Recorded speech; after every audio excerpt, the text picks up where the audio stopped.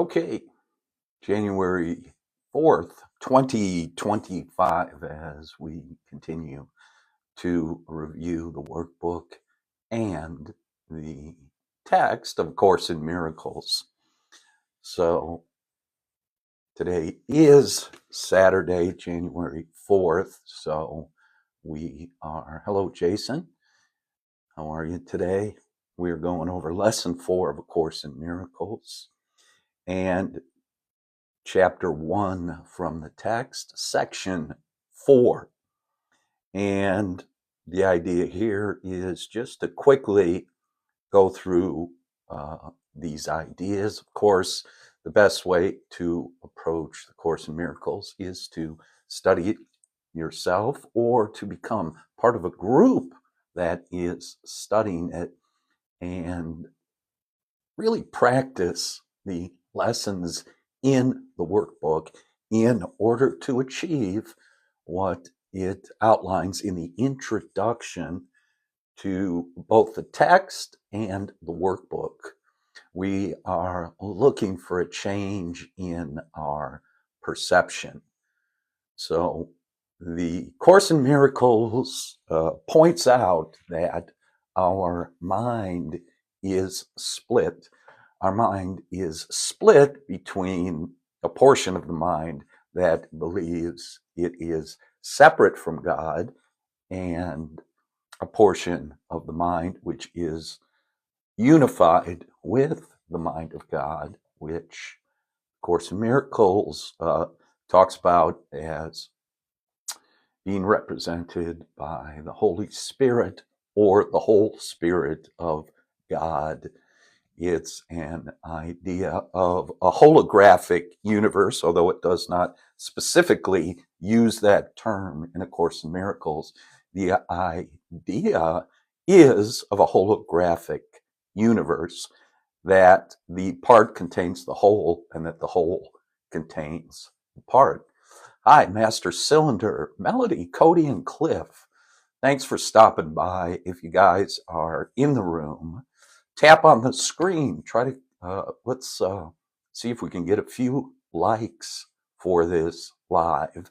It helps with the algorithm. And also, you can, of course, follow me on TikTok. Also, these discussions are uploaded to YouTube, which you can find on my page, on my user page. What the heck is that thing called? I can't even think of what it's called.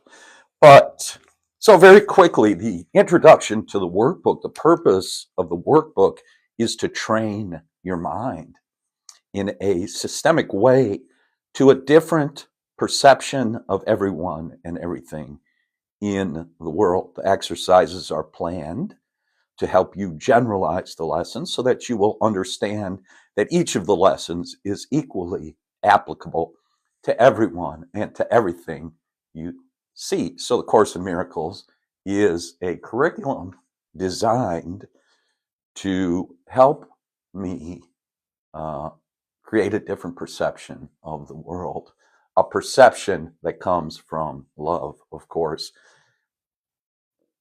a perception that changes itself from a fearful perception to a loving perception. It says here in the 6th paragraph, the nature of true perception is that it has no limits. It is the opposite of the way you see now. And let's go to the 4th lesson today. The 4th lesson says these thoughts do not mean anything. They're like the things I see in this room, on this street, from this window, in this place. So we've gone through 3 lessons so far. Each one of them is part of the system to help to change our thoughts.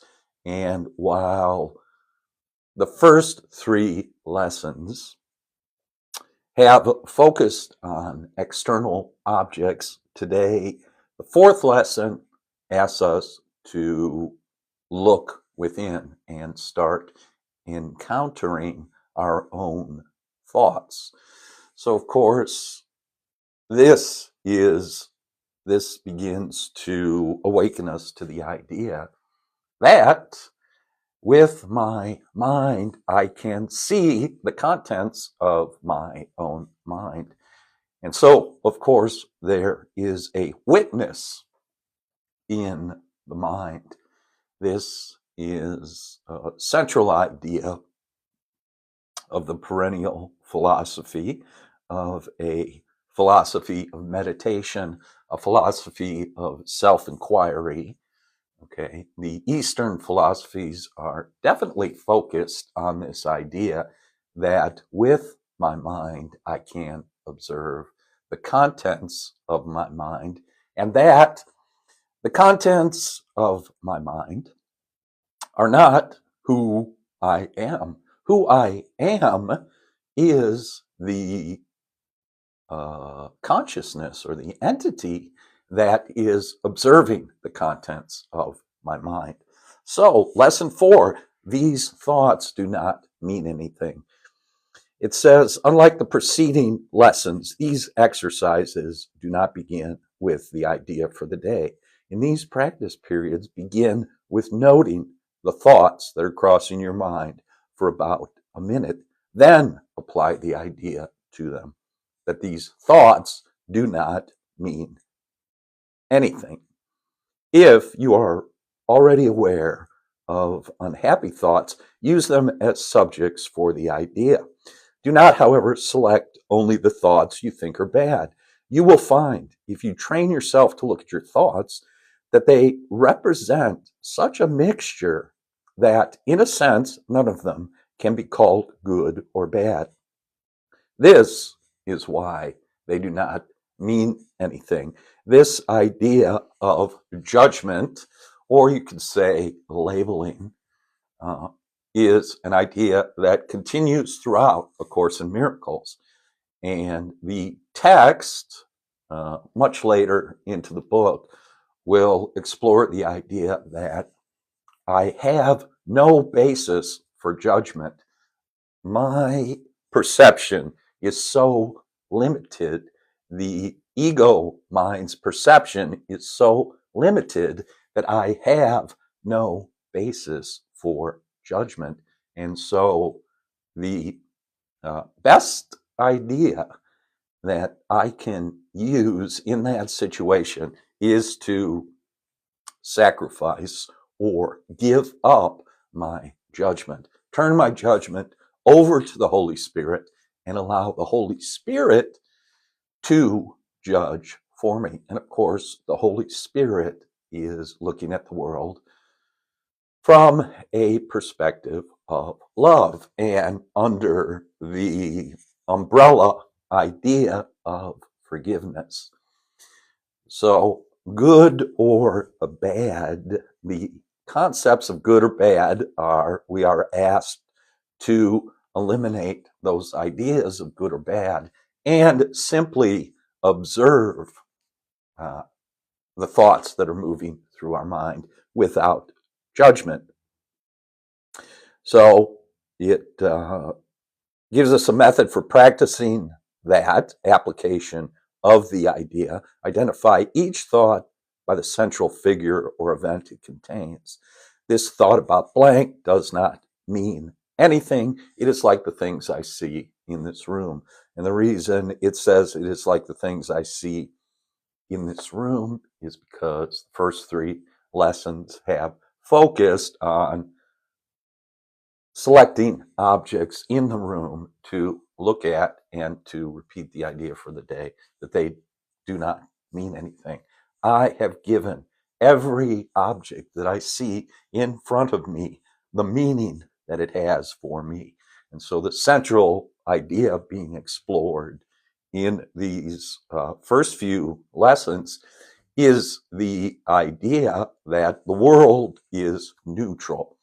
I am projecting my thoughts, my ideas, and my beliefs upon the world. The world does not have meaning within itself.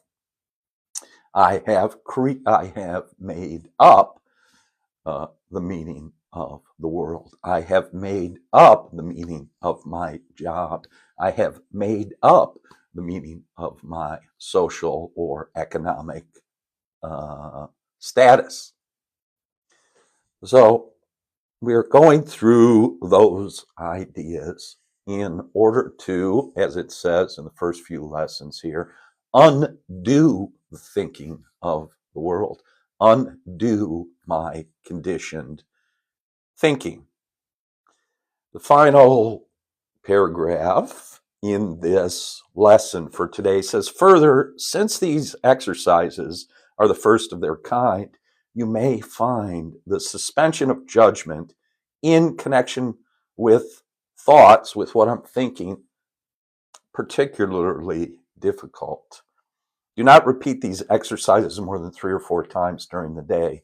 We will return to them later. So it's just making a note there that the suspension of judgment or detachment toward our thoughts may be difficult if I haven't practiced that sort of idea, if I have not been exposed to that kind of thinking.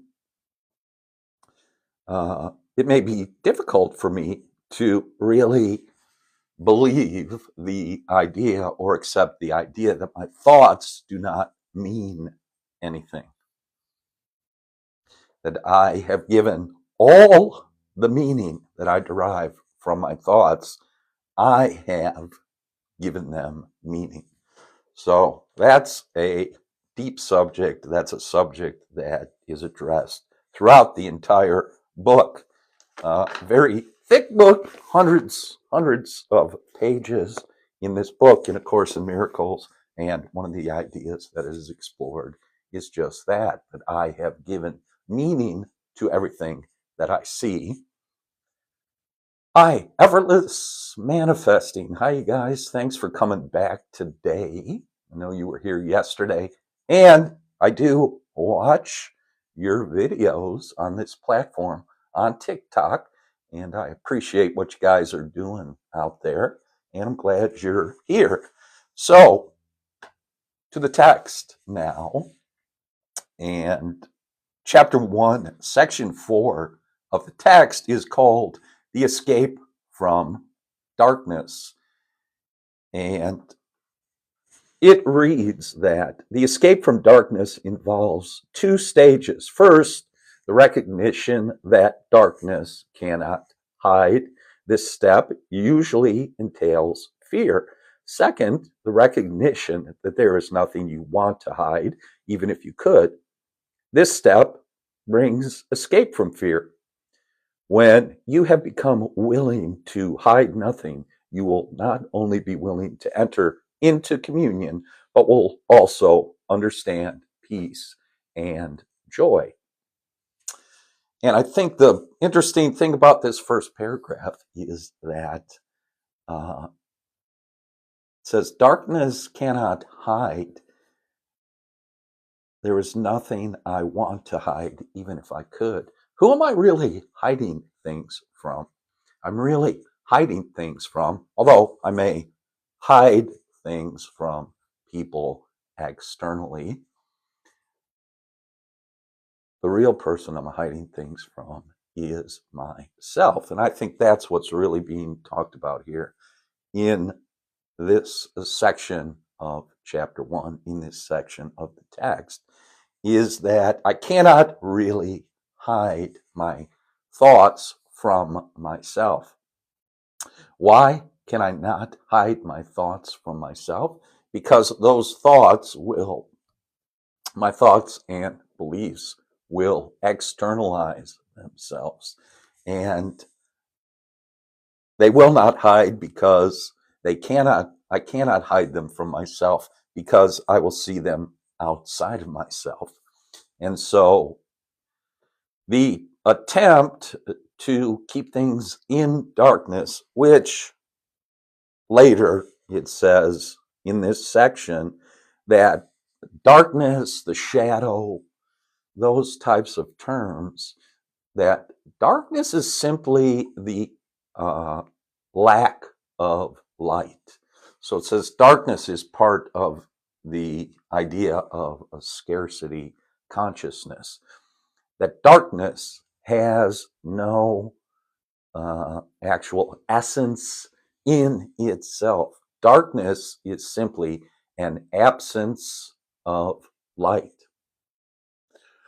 And it says here also, holiness can never really be hidden in darkness, but you can deceive yourself about it. This deception makes you fearful because you realize in your heart it is a deception.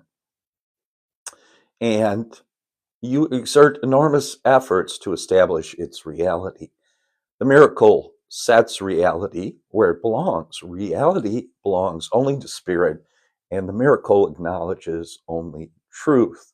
The miracle, according to A Course in Miracles, dispels illusions about yourself and puts you in communion with yourself and God. The miracle joins in the atonement by placing the mind in the service of the Holy Spirit. So here, an interesting definition, again, of the miracle. The first section of the first chapter gives 50 principles of miracles, 50 principles of miracles. And here's some reinforcement about the miracle. The miracle sets reality where it belongs. The miracle acknowledges only truth, and it dispels illusions about myself. Miracle is an adjustment in my thinking. Miracle is a transformation of my thinking. The miracle is a replacement in my thinking of an idea of fear with an idea of love. It says, if a mind perceives without love, it perceives an empty shell and is unaware of the spirit within. But the atonement restores spirit to its proper place. The mind that serves spirit is invulnerable. Darkness is a lack of light, as sin is a lack of love. It has no unique properties of its own. It is an example of the scarcity belief from which only error can proceed. Those who perceive and acknowledge that they have everything have no needs of any kind. The purpose of the atonement is to restore everything to you, or rather to restore it to your awareness. You were given everything when you were created, just as everyone was. So here, again, we are being presented with the idea that reality and creation happens in the mind. Consciousness is the container for spirit. Consciousness is the channel that allows the creativity or the creation of spirit to move through it and to become the embodiment of this world. So the type of idea expressed here is, of course, that, as we've mentioned a couple times before, the world is a dream. The world is an illusion. The world is not reality. So that idea, of course, is a part of philosophy.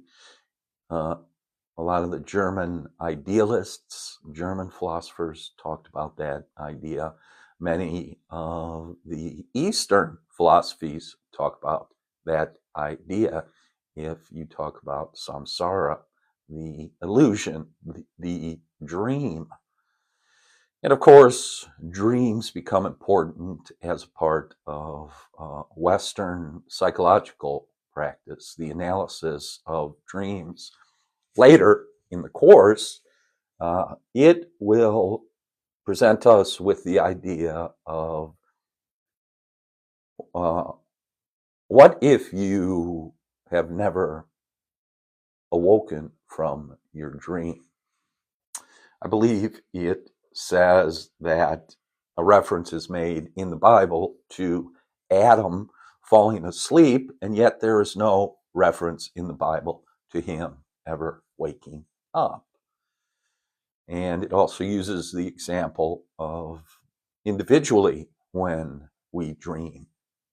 When we wake up from a dream, we realize that dream was not reality, although when we were a part of the dream, when I was dreaming, I thought it was real. I thought I was in a real world. I thought I was having real interactions, but then I wake up and realize it was a dream. Course in Miracles says, what would you think if you were told you woke up from that dream, but you're still in another dream? And the concept there is that from the perspective of the higher self, this construct, this simulation, this experience that I am undergoing is itself a dream from the perspective of the higher self, from the perspective of the I am. So, just a quick rundown of lesson 4 from Course in Miracles today from the workbook. These thoughts do not mean anything, so it suggests 3 or 4 times today I monitor my thoughts. I watch my thoughts and see what the content of my thinking is, and then tell myself that these thoughts do not mean anything. I do not understand these thoughts. They're like the things I see in this room. And then, of course, the escape from darkness. We continue to read the text, which outlines the theory behind the Course in Miracles, and then the workbook is used to make or allow us to understand the theory as an experience. So thanks for stopping by today and joining this live. And you can come back to this live every morning at 11 a.m. We will go over the lesson of the day and look quickly and in a very light manner at part of the text from the day. But make sure you go into these things yourself. Course in Miracles is an unbelievable text and workbook. It does work. Your consciousness will be changed by interacting with this text and doing the exercises as outlined. So, Happy New Year. Thanks for stopping by, and we'll see you tomorrow if you decide to come by. Peace and blessings. Have a great day.